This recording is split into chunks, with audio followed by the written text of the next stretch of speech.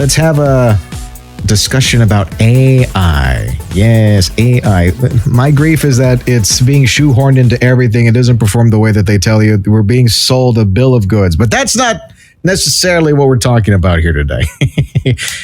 A op-ed from Stacia Wilson, a contributor at Young Voices and a digital nomad, joining us now talking about AI must include wrong information in the pursuit of truth seeking. So what do you mean by that? Hi. So as my article started out talking about how cigarettes used to be thought of as healthy, and doctors would prescribe them for stress or stomach problems or pregnant women, and that was the generally agreed upon best practice. In fact, soldiers in World War II were given cigarettes in their rations to help with the stress. So all the institutions were on board with it, and then it turned out that was wrong, right? That was wrong information. And that's an example where the institutional knowledge was wrong. But in order to correct for that and not just have AI perpetuate, whatever the mainstream establishment position is, we need to include information that inevitably one or the other will turn out to be wrong. But we shouldn't have someone top-down decide and censor certain information. We need to include different perspectives so that people can make decisions for themselves, and the information can evolve over time. And I guess with all this talk about AI, there's no, is there currently a board overseeing AI in saying what it should or should not know?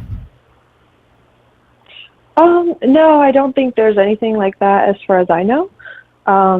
There's different AI companies, and they're competing, and they all have different training data sets that they use. But the problem is that they all are kind of using the same official sources, for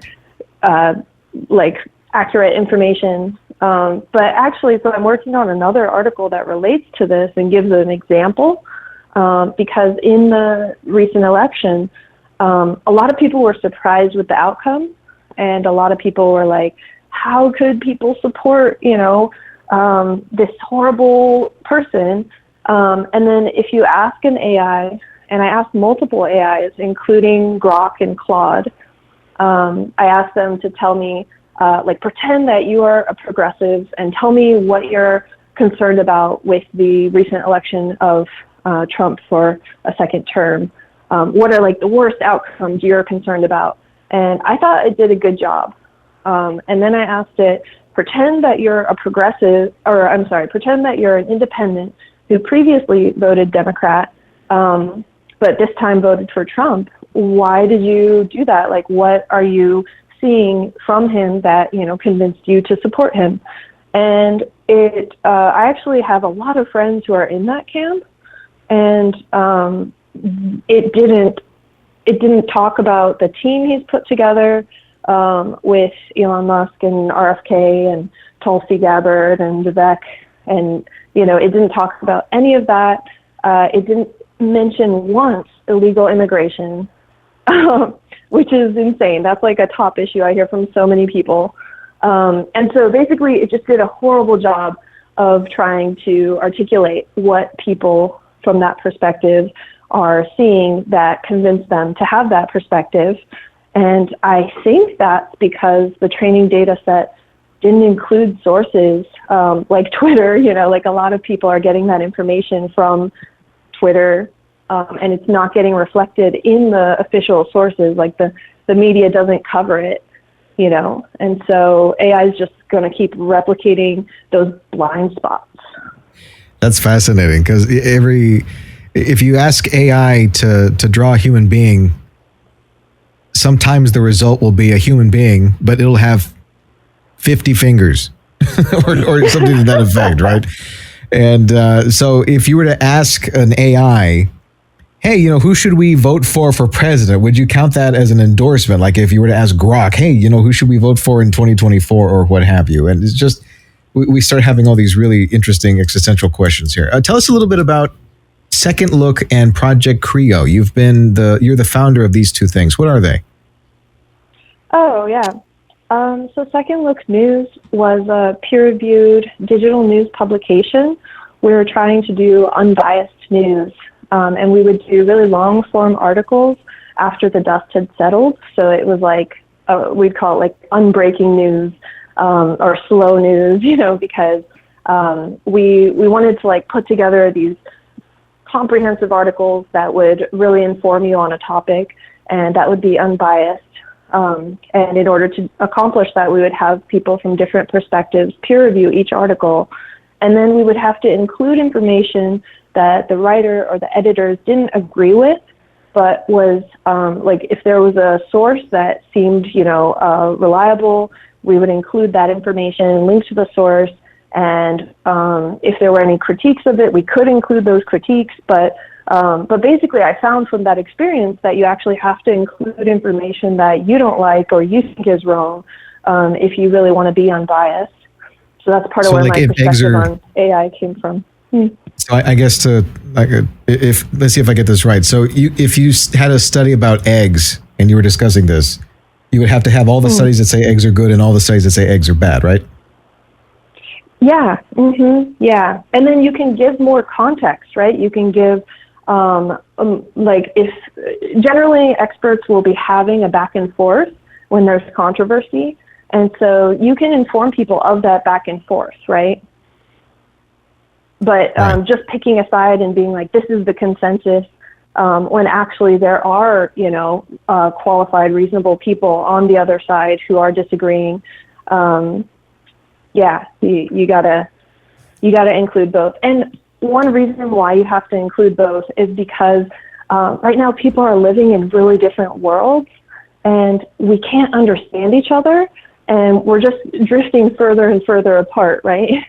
And so by including information, even if you think it's wrong, you can at least let those people who believe in that thing know that you have seen that information. And then you can include your critique of it if you want, right? You can add more context, but at least letting people know, like, I did see that, I see why you think that, and, here's more information that I would add, to support my position, is fine, if that makes sense. So that was Second Look News. Joining us on, let me jump in for a second here. Stacia Wilson is a contributor at Young Voices, founder of Second Look and Project Curio. That's QRIO. That's super cute, by the way. And you've got a bachelor's in anthropology, and you are just a big brain. I got to ask you, just tell us a little bit about Project Curio, but also what do you think AI excels at right now, and what do you think that AI is poor at? Which I'll start with telling you a little about Curio. So Curio was the next iteration of Second Look. I realized instead of just peer reviewing each article, we could actually create a system where everyone could interact, everyone could comment, and then within the system it would bring the best information to the top as more people interacted with it and allow people to share and compare notes about what information they were basing their perspectives on. So in working on Curio, I then learned more and more about AI. I mean, AI, is just becoming part of our lives in a very, whether we like it or not, admittedly. And I realized the more I used AI that I think AI might just be the solution that will win because it's just so easy, right? And so there may be ways that I'll integrate AI with Curio in the future to make it more efficient and help with the research for people. But right now, I'm actually focused on learning more about AI and how to use it and how to implement it. And I'm not sure if you're aware, the current version of AI is called LLMs, so like large language models. But that's just one way of doing AI, and they're working on trying to find other ways. And so eventually people are hoping we can create an AI that will teach itself and improve itself, and, you know, find a cure for cancer. Like, we're just at the start of AI. So That's fascinating. there's a lot that, yeah. That is so amazing and fascinating that we're at the precipice of something like that happening. Let me ask you something. Since you've used a lot of different AIs and seen a lot of different flavors and implementations of how all this works, so let's say Apple just released their Apple Intelligence, Samsung has had their Samsung AI, Google's got Gemini. You mentioned Grok on Twitter earlier. Everybody has their own implementation. Are these essentially like the same program, but just with a different marketing name slapped on it? I'm actually not sure, personally.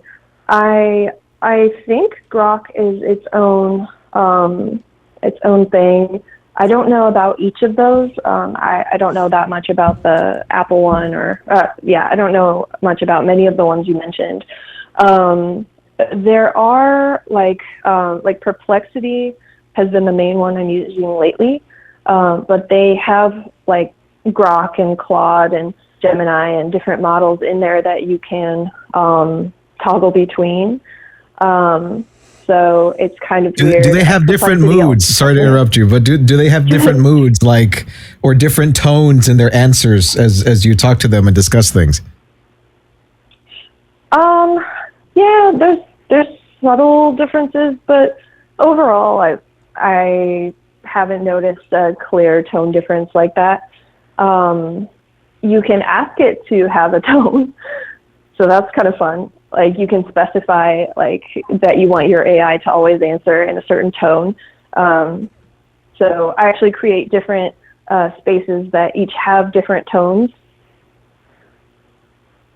So I have like a decision AI that draws from books on decision making, and it will answer. I guess that's not a tone, but just a fun example of how you can use AI. Okay, so there's some that you can kind of utilize with a certain intent, and it all comes down to the way what your I guess what the prompt is and what the desired result is, and it all comes down to a lot of this stuff. Unfortunately, we're running out of time here for this particular segment. You have an article at freethepeople.org. Where can we learn more about you and what you're doing, Ms. Stacia Wilson? I have a Twitter. It's original Stacia, Stacia. And then I have a Substack called howtochangeyourmind.substack.com. And I write there about sense making, and I'm going to start to get into more writing about AI as well. I would love to expand more on this with you sometime soon. This is just, you seem to know a lot about what's going on behind the scenes with AI, and you have a lot of sample material to cite from this. So we hope to have you on again very, very soon. That's Stacia Wilson with Young Voices, Second Look, and Project Curio, joining us on News Talk 710 KURV.